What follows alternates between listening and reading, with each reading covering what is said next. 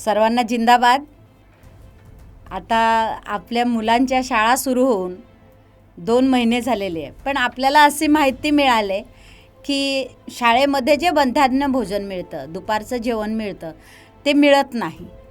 आणि त्याची माहिती घेण्यासाठी सर्व आपल्या महिला कार्यकर्त्या आणि आपली जी तरुण मुलं आहेत, ज्यांनी शिक्षणासाठी आपलं जाऊन निवेदन दिलं होतं, आंदोलन केलं होतं, त्या सर्व मुलांना मी आवाहन करते की आपल्या नजीकच्या शाळेत जाऊन आपण काय करायचं तिथे जाऊन, तर पहिले तर तिथे आहार किती शिल्लक आहे तो आपण बघायचा, तो मोजून घ्यायचा, त्याची नोंद आपल्या वहीवर घ्यायची आणि त्याच्यावर तिथल्या शिक्षकांची सही घ्यायची।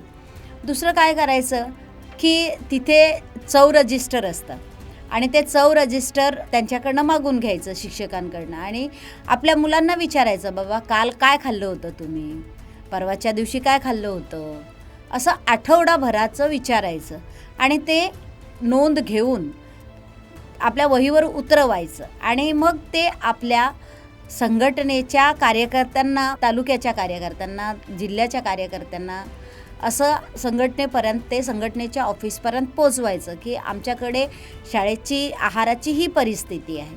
तर त्याप्रमाणे आपल्याला हे सर्व करायचं आहे।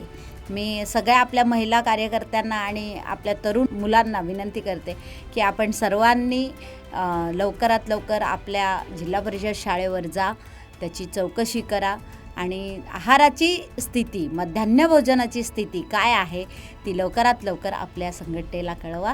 सर्वांना जिंदाबाद।